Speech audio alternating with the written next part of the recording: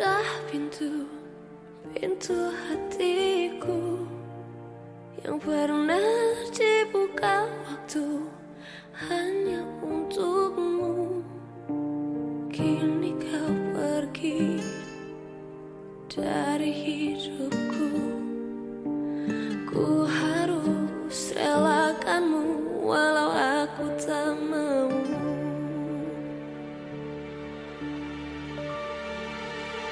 Berjuta warna pelangi di dalam hati, sejenak luluh bergeming menjauh pergi. Tak ada lagi cahaya suci, semua nada beranjak, aku terdiam sepi.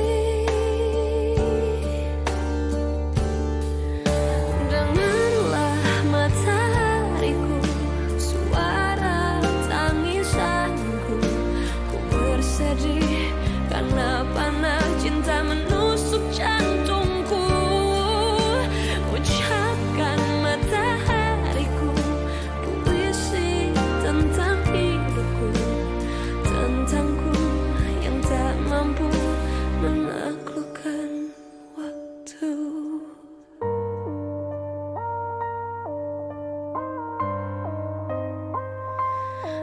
Oh, berjuta di dalam hati, sejenak luluh bergeming menjauh pergi. Tak ada lagi cahaya suci, semua nada beranjak, aku terdiam sepi.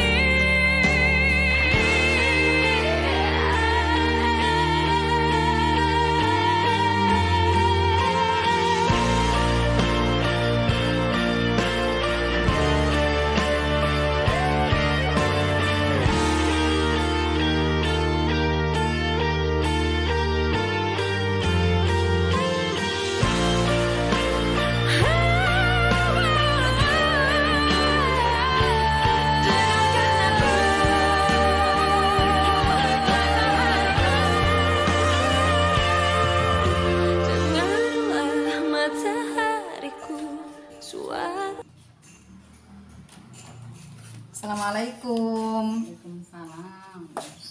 Monggo. Ya, terima kasih Bu. Santai Bu. Iya, ini baru mengerjakan rapat pendidikan. Ya. Terima kasih atas waktunya Bu.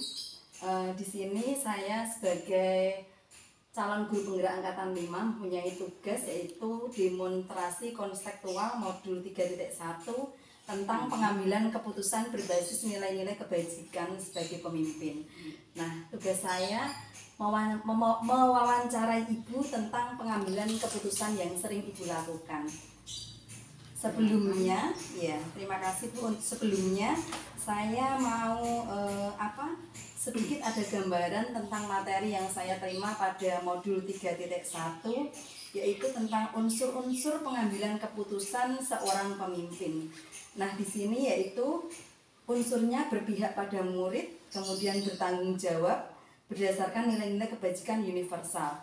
Untuk empat paradigma dan 3 prinsip, kemudian 9 langkahnya, itu yang kita pelajari. Untuk 4 paradigmanya yaitu individu lawan kelompok, kemudian rasa keadilan lawan rasa kasihan, ya ini yang sering terjadi, kemudian kebenaran lawan kesetiaan, yang keempat yaitu jangka pendek lawan jangka panjang. Untuk 3 prinsipnya yaitu berpikir dari hasil akhir, kemudian berpikir dari berbasis peraturan, kemudian berpikir dari berbasis rasa peduli. Kemudian untuk 9 langkahnya yaitu mengenali nilai-nilai yang saling bertentangan, menentukan siapa yang terlibat dalam situasi. Yang ketiga, kumpulkan fakta-fakta yang relevan dengan situasi. Yang keempat, pengujian benar atau salah. Kemudian 5, pengujian paradigma benar lawan benar. Kemudian 6, melakukan prinsip resolusi. investigasi opsi trilema, yaitu pilihan 1, pilihan 2, kemudian pilihan yang inovasi. Kemudian 8 buat keputusan, yang ke-9 lihat lagi keputusan dan refleksi. Itu gambaran dari ringkasan dari materi yang kami terima dari modul 3.1 ini. Iya. Saya mulai untuk wawancaranya ya Bu. Iya. Ya, terima kasih. Untuk pertanyaan pertama, selama ini bagaimana Ibu dapat mengidentifikasi kasus-kasus yang merupakan dilema etika atau bujukan moral? Saya mengidentifikasi kasus-kasus yang selama ini saya alami dengan membandingkan nilai-nilai yang bertentangan dalam kasus tersebut. Misalnya, jika dalam sebuah kasus pilihan sulit, yang kedua pilihannya bernilai benar, maka saya identifikasikan sebagai kasus dilema etika.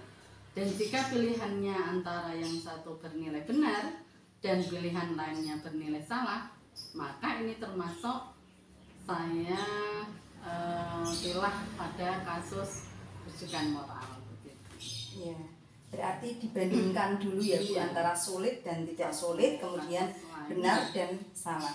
Ya, terima kasih. Untuk pertanyaan yang kedua, selama ini bagaimana Ibu menjalankan pengambilan keputusan di sekolah, terutama untuk kasus-kasus di mana ada dua kepentingan yang sama-sama benar atau sama-sama mengandung nilai kebajikan? Iya. Saya menjalankan pengambilan keputusan di sekolah dari kasus-kasus tersebut tentu dengan melakukan pertimbangan-pertimbangan yang matang, dengan mengidentifikasi pilihan yang bernilai paling benar, mempertimbangkan skala prioritas atau lebih prioritas yang mana di antara pilihan-pilihan tersebut, kemudian apa saja akibatnya dan manfaat dari keputusan yang saya ambil. Berarti penekanan ke skala prioritas dulu. Ya, untuk pertanyaan ketiga Ibu, langkah-langkah atau prosedur seperti apakah yang biasa Ibu lakukan selama ini? Prosedur yang saya lakukan adalah dengan mengidentifikasi nilai-nilai kebenaran dari kasus tersebut, menentukan siapa saja yang terlibat, fakta-fakta yang relevan, terus kemudian membuat opsi-opsi penyelesaian dan mempertimbangkan positif dan negatifnya sehingga keputusan tersebut benar-benar tepat, bijaksana dan banyak kebermanfaatannya. Itu yang pasti. Ya, berarti memang harus hati-hati dalam mengambil keputusan itu. Ya, terima kasih. Untuk pertanyaan yang keempat, hal-hal apa saja yang selama ini Ibu anggap efektif dalam pengambilan keputusan pada kasus-kasus, terutama kasus dilema etika? Hal-hal yang saya anggap efektif adalah dengan membuat keputusan yang tidak bertentangan dengan hukum, mengandung nilai-nilai kebajikan, kemudian memberi banyak manfaat dan minim resiko, serta pada kasus-kasus tertentu perlu dukungan keputusan bersama melalui musyawarah bersama Dewan Guru di sekolah. Ya, meminimkan resikonya dan konfliknya, dan pastinya harus dimusyawarahkan dengan guru-guru semuanya. Tidak mungkin mengambil keputusan sendiri. Seperti itu. Untuk pertanyaan berikutnya Bu, hal-hal apa saja yang selama ini merupakan tantangan dalam pengambilan keputusan pada kasus-kasus dilema etika? Tantangan dalam pengambilan keputusan kasus dilema etika adalah ketika saya menghadapi kasus yang bertentangan antara keadilan dengan rasa kasihan. Di satu sisi saya harus menegakkan keadilan atau aturan tertentu, namun di sisi lain saya merasa kasihan atas dasar kemanusiaan dan rasa peduli. Tantangan lain adalah ketika keputusan tidak mencapai mufakat. Jadi ada salah satu pihak yang masih merasa tidak puas dari hasil keputusan tersebut. Misalnya contohnya ya, ketika ada anak usia kelas 5 dan 6 mau piknik dan anak kelas 5 tentu belum lunas dalam pembayarannya.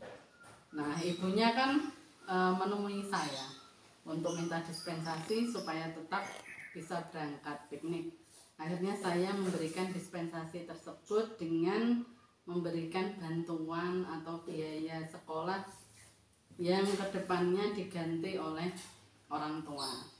Iya. Ya, Tidak mungkin pengambil keputusan terus menyuruh anaknya tidak untuk berangkat, tidak ikut piknik ya Bu. Pasti kan ada rasa kasihan walaupun itu memang harus lunas semuanya, tapi ibunya karena menemui ibu jadi ada antara keadilan dengan rasa kasihan gitu ya.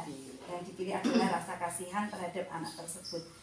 Untuk pertanyaan berikutnya, apakah ibu memiliki sebuah tata cara atau jadwal tertentu dalam sebuah penyelesaian kasus dilema etika? Ada kan, pasti ada ya Bu ya. Apakah ibu langsung menyelesaikan di tempat saat itu juga atau memiliki sebuah jadwal untuk menyelesaikannya? Bentuk atau prosedur seperti apakah yang ibu jalankan? Tergantung kasusnya ya untuk itu. Jika kasusnya ringan, saya akan menyelesaikan di tempat. Tentunya melalui berbagai pertimbangan, salah satunya skala prioritas dan kebermanfaatannya tadi. Untuk kasus-kasus tertentu yang menyangkut kepentingan orang banyak atau rawan konflik, maka akan diselesaikan dengan musyawarah, tanya pendapat, dan mengutamakan keputusan bersama biar tidak terjadi salah paham. Terus kemudian prosedur yang akan saya lakukan dengan melakukan rapat intern dengan Dewan Guru untuk mendapatkan keputusan yang terbaik. Jadi itu ya Bu, tergantung kasusnya berat atau ringan, nanti diselesaikan bersama guru-guru dengan keputusan bersama. Ya, prosedurnya rapat intern gitu ya. Ya, untuk pertanyaan berikutnya, adakah seseorang atau faktor-faktor yang selama ini mempermudah atau membantu ibu dalam pengambilan keputusan dalam kasus-kasus dilema etika yang membantu? Ada tentunya. Selain kita harus berkolaborasi dengan rekan guru, kita juga bersama komite sekolah yang sangat mendukung kami dan warga atau masyarakat di lingkungan sekitar juga.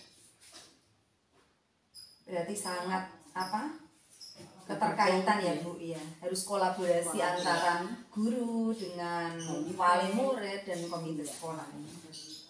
Ya, untuk pertanyaan yang terakhir Ibu, dari semua hal yang telah Ibu sampaikan, nah pembelajaran apa yang dapat Ibu petik dari pengalaman mengambil keputusan dilema etika ini? Pembelajaran yang bisa saya petik diantaranya dalam pengambilan keputusan hendaknya dengan sikap bijak, itu yang pertama. Kemudian mempertimbangkan keberpihakan pada murid dan nilai-nilai kebajikan universal, serta bertanggung jawab terhadap konsekuensi dari keputusan tersebut. Iya, berarti dari 8 pertanyaan tadi saya cocokkan dengan jawaban Ibu sudah memenuhi dari unsur materi-materi yang saya terima, yaitu unsur pengambilan keputusan memang harus berpihak pada murid, kemudian bertanggung jawab dan harus berdasarkan nilai-nilai kebajikan universal. Terima kasih Ibu telah memberikan waktunya, telah meluangkan waktunya sehingga saya bisa mewawancarai dan menjalankan tugas dari guru penggerak tentang demonstrasi konseptual modul 3.1. Sama-sama, semoga bermanfaat dan tetap semangat. Iya, amin. Terima kasih. Saya izin dulu Bu. Terima kasih. Assalamualaikum warahmatullahi wabarakatuh. Waalaikumsalam warahmatullahi wabarakatuh.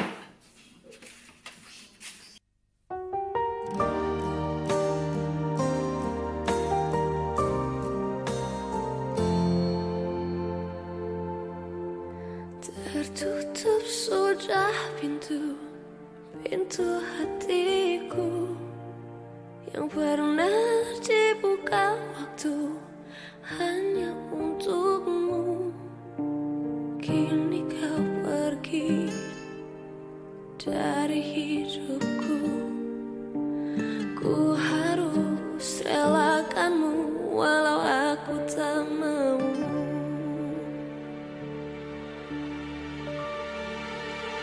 Berjuta warna pelangi di dalam hati, sejenak luluh bergeming menjauh pergi.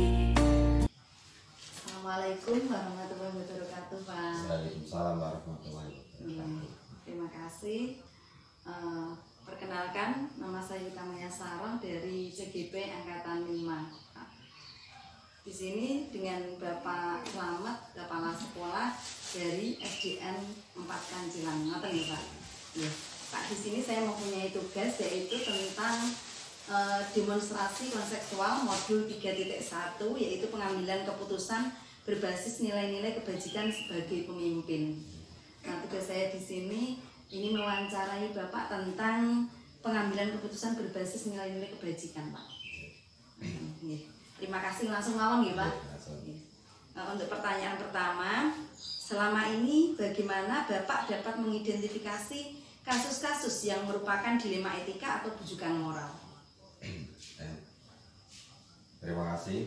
Yaitu pada saat ini itu sepengetahuan saya dan teman sejawat bahwa di dalam penyelenggaraan pendidikan di institusi itu tidak luput dari berbagai permasalahan. Namun permasalahan yang berkaitan dengan dilema etika maupun bujukan moral itu sangat jarang terjadi. Namun demikian kita perlu mengantisipasi bahwa dalam membuat keputusan itu harus berhati-hati karena dampaknya itu sangat luas, sehingga berbagai pengalaman maupun norma dan disiplin ilmu harus dipertimbangkan untuk memutuskan sesuatu. Jadi kita harus berpegang pada kebenaran, norma sosial, norma agama maupun norma negara itu adalah sebagai pertimbangan untuk memutuskan sesuatu itu benar atau salah, atau menurut pengakuan orang banyak itu cocok entah tidak, itu menjadi bahan pertimbangan untuk memutuskan sesuatu hal demi tercapainya tujuan dan visi misi suatu institusi, yaitu tujuan pendidikan terutama, itu menurut dari yang selama ini dijalankan. Ya, berarti apa, memang harus hati-hati Ya. dan disiplin ilmu, berpegang pada disiplin ilmu gitu ya, Pak. Ya. Untuk pertanyaan berikutnya, Bapak, selama ini bagaimana Bapak menjalankan pengambilan keputusan di sekolah, terutama untuk kasus-kasus di mana ada dua kepentingan yang sama-sama benar atau sama-sama mengandung nilai kebajikan? Ya, memang sudah saya kemukakan di muka bahwa memang jarang terjadi hal itu, tapi apabila seorang manajer terutama menemui hal yang serba sulit, itu bagaikan kalau dimakan ibunya mati, gitu. Kalau tidak dimakan bapaknya mati. Jadi kita harus tadi kembali ke perpegangan dan uji kebenaran. Jadi kita uji menurut berdasarkan pengalaman maupun masukan dari teman sejawat atau dari mass media, itu kita gunakan untuk acuan dalam mengambil keputusan hal-hal yang sulit itu. Kita ambil yang paling sedikit resikonya dan paling menguntungkan dan lebih cepat mencapai tujuan yang diharapkan. Jadi dengan bijak dan berkolaborasi dengan teman sejawat, tentunya daripada ide atau pemikiran seseorang, satu orang lebih baik dari banyak orang, dan kita ambil yang positifnya dan efeknya terhadap memutuskan itu yang lebih kontribusinya lebih baik mana, itulah yang kita jalankan selama ini. Intinya kolaborasi dan meminimalisir resikonya ya, Pak. Ya. Untuk pertanyaan selanjutnya, langkah-langkah atau prosedur seperti apa yang biasa Bapak lakukan selama ini yang biasanya dipakai? Ya. Selama ini itu memang setahu saya ya, sebatas pengetahuan saya, yaitu seorang manajer itu menggunakan prinsip-prinsip manajemen, yaitu mesti didahului dengan perencanaan, penyelenggaraan, pelaksanaan, evaluasi. Ya, jadi itu saya terapkan dalam mengambil langkah-langkah. Dalam langkah mengambil keputusan, kalau tidak salah itu ada 9 langkah. Di antaranya yang pertama adalah mengidentifikasi masalah-masalah itu yang lebih urgent mana didahulukan. Terus kita identifikasi juga sumber daya apa yang telah ada mendukung untuk memecahkan masalah itu. Akhirnya memutus keputusan. Setelah diputuskan pun tidak begitu saja selesai tugas kita. Jadi langkah yang terakhir pun kita harus evaluasi, feedback mana untungnya, mana ruginya. Nah, jadi nanti dengan harapan apabila ada masalah ke depan mirip dengan itu, sehingga kita sudah mempunyai pengalaman langkah yang kita tempuh tadi. Kita terapkan cocok enggak, kalau enggak ya tetap langkah yang 9 kita laksanakan, namun dengan opsi yang lain. Jadi itu memperkaya kasanah untuk mengatasi berbagai masalah sehingga masalah bisa selesai dan kita putuskan sesuai tadi yang saya aturkan di depan, bahwa kita ambil yang sedikit resiko dan hasil yang banyak atau lebih cepat dan lebih bermanfaat bagi kita semua, baik itu adalah dalam rangka keberhasilan mewujudkan misi pendidikan nasional kalau kita itu di sekolah. Berarti menggunakan 9 langkah yang hasil akhirnya harus kita evaluasi atau refleksi ya. Untuk pertanyaan berikutnya Bapak, hal-hal apa saja yang selama ini Bapak anggap efektif dalam pengambilan keputusan pada kasus-kasus dilema etika yang paling efektif Pak? Yang paling efektif itu adalah kita dengan berbekal pengalaman, disiplin ilmu, dan mungkin menggunakan juga analisis SWOT ya, itu juga nanti juga memberdayakan teman-teman guru dan teman sejawat atau stakeholder yang ikut berperan penting dalam pendidikan, yaitu ada komite dan sebagainya. Itu memang kita itu tidak mengambil yang efektif mau bukan, tetapi itu yang langkah yang tercepat dan tersimpel sehingga tidak harus mempraktekkan berbagai ilmu yang muluk-muluk, tapi yang penting itu bisa tercapai tujuan kita, masalah bisa selesai dan dengan bisa bermanfaat bagi sesama. Jadi saya tidak bisa menilai itu efektif atau tidak, itu pihak luar yang menilai. Kalau saya itu yang penting itu keputusan itu bisa atau bisa mencapai tujuan. Jadi itu entah efektif atau tidak, yang menilai itu dari luar. Kalau menurut ukuran saya itu begitu ya. Berarti berbekal pengalaman dan harus berkolaborasi ya. Gitu ya. Untuk pertanyaan berikutnya Bapak, hal-hal apa saja yang selama ini merupakan tantangan dalam pengambilan keputusan pada kasus-kasus dilema etika? Tantangannya apa Pak ketika menghadapi dilema etika?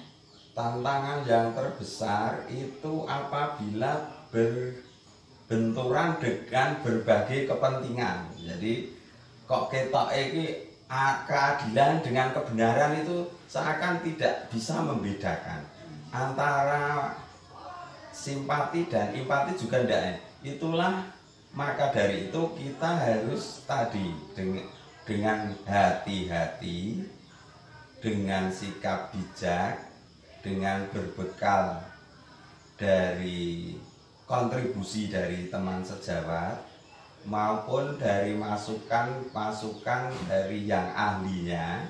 Itu kalau kita tidak berpegang itu, maka hal itu sulit dicapai dengan cepat. Maka dari itu memutuskan dengan cara bijak itu tidak boleh tergesa-gesa. Nah, Kalau tergesa-gesa nanti bisa fatal akibatnya. Jadi kita harus pikirkan baik-baik dan kita rembuk bersama dari berbagai stakeholder tadi.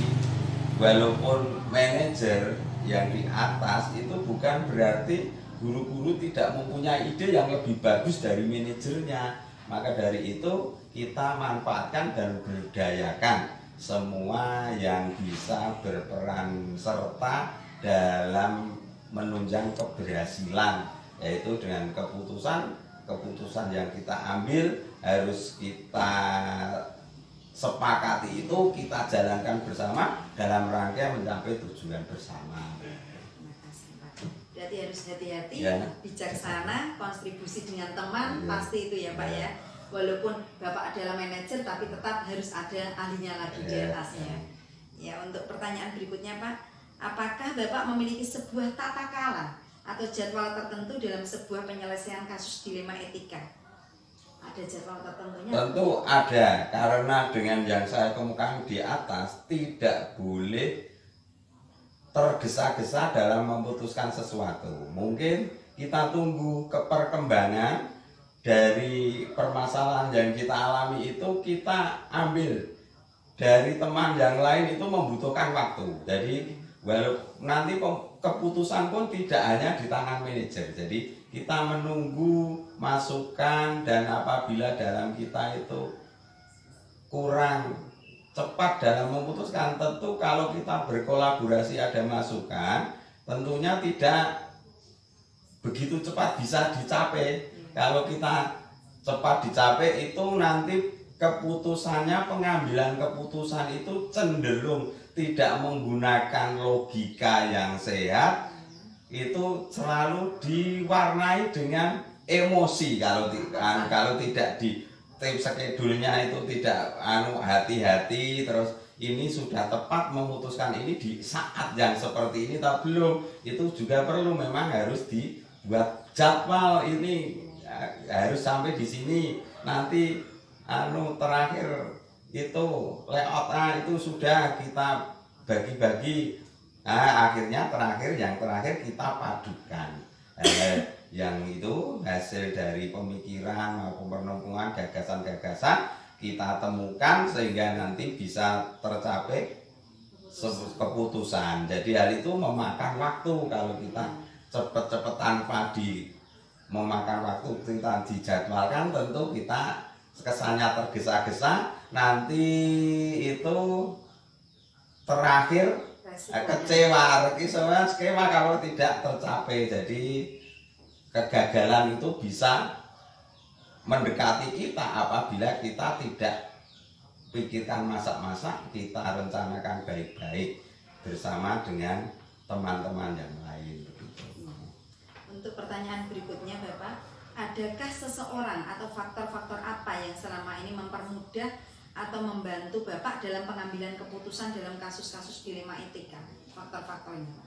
Faktor-faktor yang mempermudah itu telah saya sampaikan di depan, bahwa pemikiran satu orang itu lebih baik dengan 3 atau 4 orang. Jadi stakeholder yang memutuskan tadi itu, jadi output pendidikan kan yang merasakan kan masyarakat. Jadi kita juga memerlukan masukan dari stakeholder itu dalam memperlancar dukungan terhadap kita dalam pertama juga kalau stakeholder memutuskan, tentunya dia itu bertekad ingin mewujudkan keputusan bersama. Jadi semuanya itu berperan, mengambil perannya sendiri-sendiri dalam rangka pencapaian tujuan bersama. Jadi tidak ada yang dominan maupun tidak dominan. Semuanya kita berdayakan demi mencapai visi misi pendidikan nasional. Untuk pertanyaan yang terakhir Bapak, dari semua hal yang telah disampaikan tadi, pembelajaran apa yang Bapak petik dari pengalaman Bapak mengambil keputusan dilema etika? Adakah pembelajarannya? Ya, tentu banyak yang kita ambil, kita petik pembelajaran yang dalam hal ini sehubungan dengan dilema etika itu yang pertama, kita itu tidak boleh tergesa-gesa memutuskan sesuatu. Yang kedua, kita harus memerankan semua pihak dalam duduk bersama untuk memberi kontribusi terhadap keputusan sesuatu. Nah, jadi tidak, dan harus bijaksana dalam memutuskan, tidak boleh dengan menggunakan rasa atau emosi, tapi dengan logika. Kemudian berikutnya, kita harus sekarang itu modelnya tidak kompetisi lagi, tapi harus berkolaborasi. Kemungkinan seseorang itu mempunyai kelebihan dan kelemahan. Jadi kita itu tidak ada orang super terus sendiri bisa memutuskan, dijalankan sendiri, itu tidak ada di dunia manapun, tidak ada. Kita harus tetap perlu kolaborasi. Jadi itu hal yang kita petik sehingga nanti bisa mempercepat ketercapaian tujuan bersama yang pada awalnya diputuskan bersama. Iya, berarti yang harus kita petik adalah memang harus hati-hati, kemudian kolaborasi dan memerankan semua pihak stakeholder tadi ya Pak. Kita harus rangkul bersama untuk memutuskan keputusan agar meminimalisir resikonya tadi. Demikian Bapak, tugas dari saya untuk mewawancari Bapak telah selesai. Terima kasih atas waktunya, kesempatannya. Cukup sekian, saya minta pamit Bapak. Ya, wassalamualaikum warahmatullahi wabarakatuh. Waalaikumsalam warahmatullahi wabarakatuh.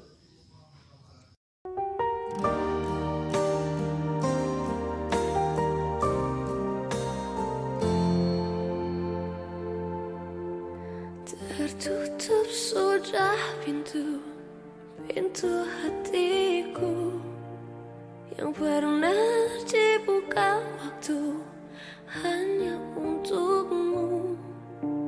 Kini kau pergi dari hidupku.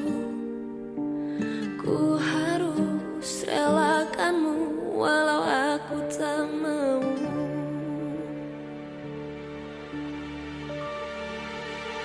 Berjuta